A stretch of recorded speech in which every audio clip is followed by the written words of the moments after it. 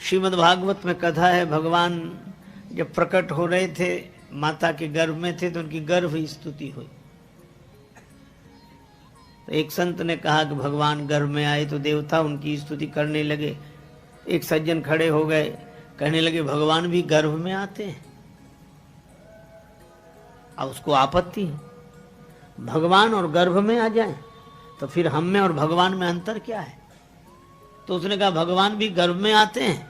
तो कथा कहने वाले महात्मा कुछ कहते, इसके पूर्व ही एक महापुरुष वहां विराजमान थे, उन्होंने उसी से प्रति प्रश्न किया। उसने कहा क्या भगवान गर्भ में आते हैं? तो महात्मा उससे पूछने लगे क्या भगवान गर्भ में नहीं है? क्योंकि एक और तो तुम कहते हो कि भगवान कण कण में ईशावास्यमिदं सर्वम यत्किंच जगत्याम जगत, ईश इदम सर्वम ईश आवास्य, सब जगह ईश्वर। जब सब जगह है तो सब जगह से माता का गर्भ बाहर है। अरे भाई जब सब जगह है तो किसी ने माता के गर्भ में मान लिया तो क्या कठिनाई हो गई? जब सब जगह है तो किसी ने मूर्ति में मान लिया तो कठिनाई क्या हो गई? जब सब जगह है तो किसी ने चित्र में मान लिया तो कठिनाई क्या है?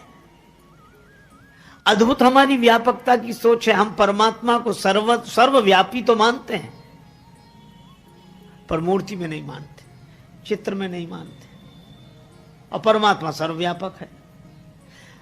इतनी सुंदर बात कही कि सर्वव्यापक को किसी ने कहीं भी मान लिया, क्या फर्क पड़ता है? वह तो है ही।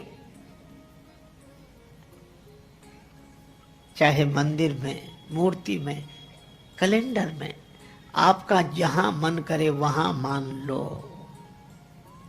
पर अपने ढंग से मान लो, अपने हिसाब से। अब मीराबाई ने भगवान का एक नाम चुना, मीरा के प्रभु गिरधर नागर।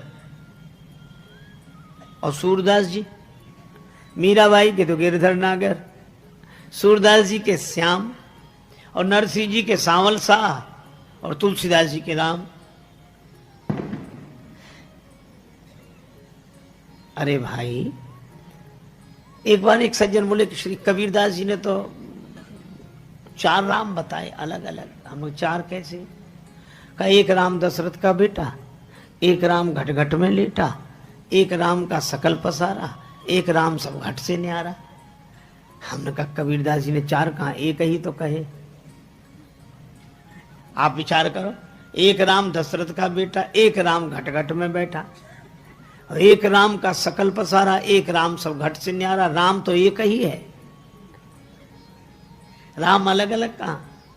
बोले ऐसे तो हमने सोचा ही नहीं। तो हमने कहा ऐसे कहा करो कि वही राम दशरथ का बेटा, वही राम घट घट में बैठा, उसी राम का सकल पसारा, वही राम है सबसे न्यारा।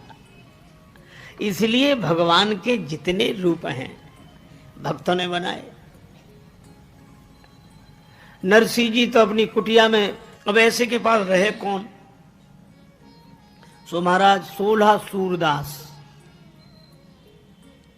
उन 16 के तो आंख थी नहीं, ऐसे के पास आंख वाला रहे काहे को? बेचारे सूरदास रहते, उन्हें कुछ दिखता ही नहीं था।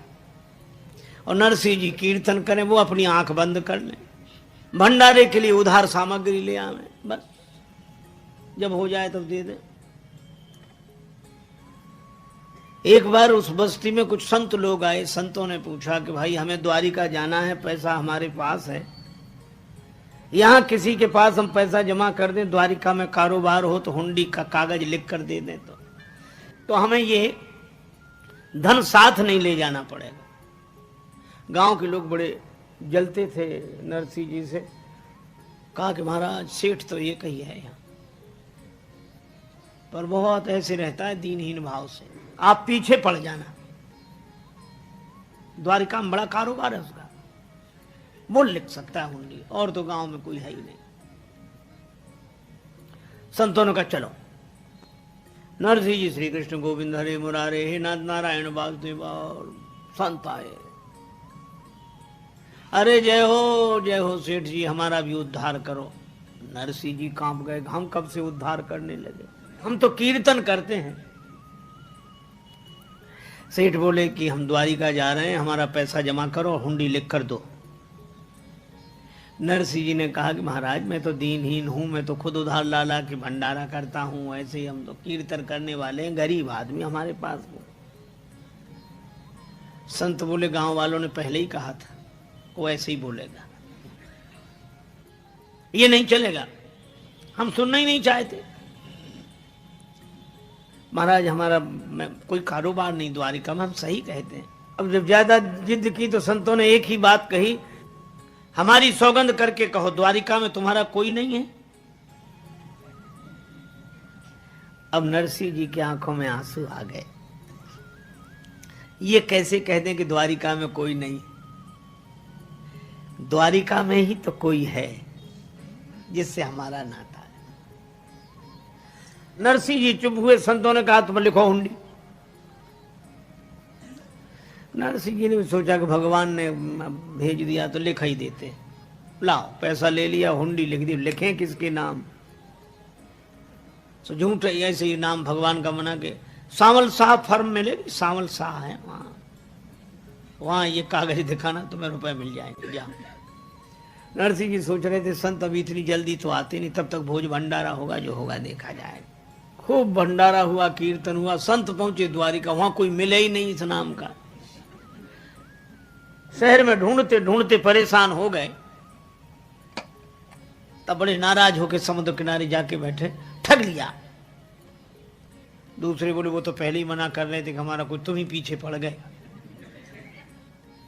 अरे तुमसे बताना तो चाहिए। अरे वो बता तो रहा था, तुमने सुना कब उसकी बात। नरसिंह जी को बुरा भला कहने लगे, गाली देने लगे। संतों की भाषा, भगवान सावल साहब बन के प्रकट हो गए, चश्मा लगाए, कलम कान पे रखे, पगड़ी बांधे, पूरा पोशाक। अरे भैया जूनागढ़ से कौन आए, नरसिंह जी का नाम कौन ले रहे हैं, कौन ले रहे हैं भैया, कौन कौन। अब संतों ने सुना कि कोई अपनी बारे में पूछ रहा है। संतों, अरे भैया आओ आओ आओ, आप भले आ गए हो, मेरा ही नाम सावल शाह है, तुम मैं यहाँ से बहुत दूर रहता हूँ इसलिए कल मिल नहीं पाया, लाओ हुंडी दो। संतों ने कहा जल्दी दो, हुंडी दी, रुपया मिल गया। भगवान ने एक चिट्ठी लिखी नरसिंह जी को, ये दे देना। संत आराम से द्वारिका रहे, अब लौटे, जूनागढ़ में चिट्ठी देते चले। अब जूनागढ़ पहुंचे तो लोगों ने कहा कि वही संत आ रहे हैं जो द्वारिका गए थे, तुमने हुंडी लिखी थी। बेचारे नरसिंह जी कुटिया के भीतर घुस गए। अब संत कहे बाहर तो निकलो भाई, बाहर तो आओ। अब भीतर से कहे महाराज क्षमा करो, और क्या बताएं, आप ही नहीं माने, हम तो बहुत मना किया कि हमारा कोई नहीं, और आप ही नहीं माने। बोले ये सब बाद में, पहले बाहर निकलो। नरसिंह जी बेचारे किसी तरह कांपते हुए आए, सिर झुकाए, हाथ जोड़े खड़े। संतों ने कहा कि देखो कितना बड़ा कारोबार और विनम्रता कितनी। अब नरसिंह जी को लगे कि व्यंग कर रहे, महाराज अब हमसे तो जो हुआ सो गलती हुई सो हुई। अरे नहीं काहे की गलती है। संतों ने कहा सचमुच हम व्यंग नहीं कर रहे, ये चिट्ठी पढ़, हमें सावल शाह ने दी। नरसिंह जी ने वो चिट्ठी पढ़ी, उसमें लिखा था सिद्ध श्री जूनागढ़ के भक्त राज नरसिंह को कहियो हमारी जाए जय नरसिंह की है। संतन के बहाने मोह सेवा को अवसर दियो, चिट्ठी लिख भेजी बात यह नीकी है। बार बार संतन के संदेशे तो भेजत मोह आप नहीं आवत, बात यह फीकी है। और जान के मुनीम फेर याद करना हमें, काम काज लिखना ये दुकान आप ही की है। नरसिंह जी ने चिट्ठी माथे पर रखी, जय हो प्रभु। संत तो विदा हुए। शाम को नरसिंह जी भगवान प्रकट हो गए। नरसिंह जी चरणों, प्रभु बड़ी कृपा, आपने हमारी बात रख ली, आपकी बड़ी कृपा। भगवान हंसकर बोले कृपा तो तुम्हारी है। नरसिंह जी बोले हमारी काहे कृपा। भगवान बोले हम जब से जन्म लेकर आए सबने हमें चोर कहा, सबने, माखन चोर, चीर चोर, चित चोर, लेकिन आपने बड़ी कृपा की। क्या? बोले चोर को साह तो बना दिया। तो नरसिंह जी के भगवान का नाम सावल शाह, अलग नाम है। गिरधर नागर कहीं नाम न मिले, मीरा के प्रभु गिरधर नागर।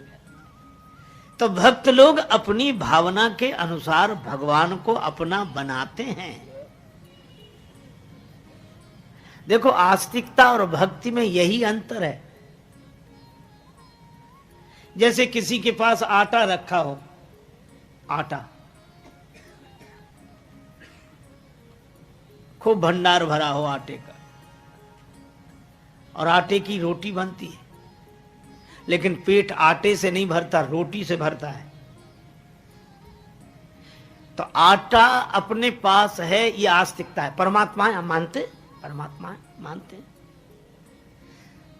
पर भक्ति है उस आटे की रोटी बना लेना। देखो, भगवान का पता प्राप्ति नहीं है।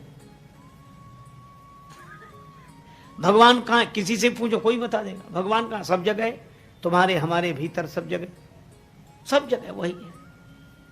और ऐसा विश्वास कर लेना यह आस्तिकता है, पता प्राप्ति नहीं है।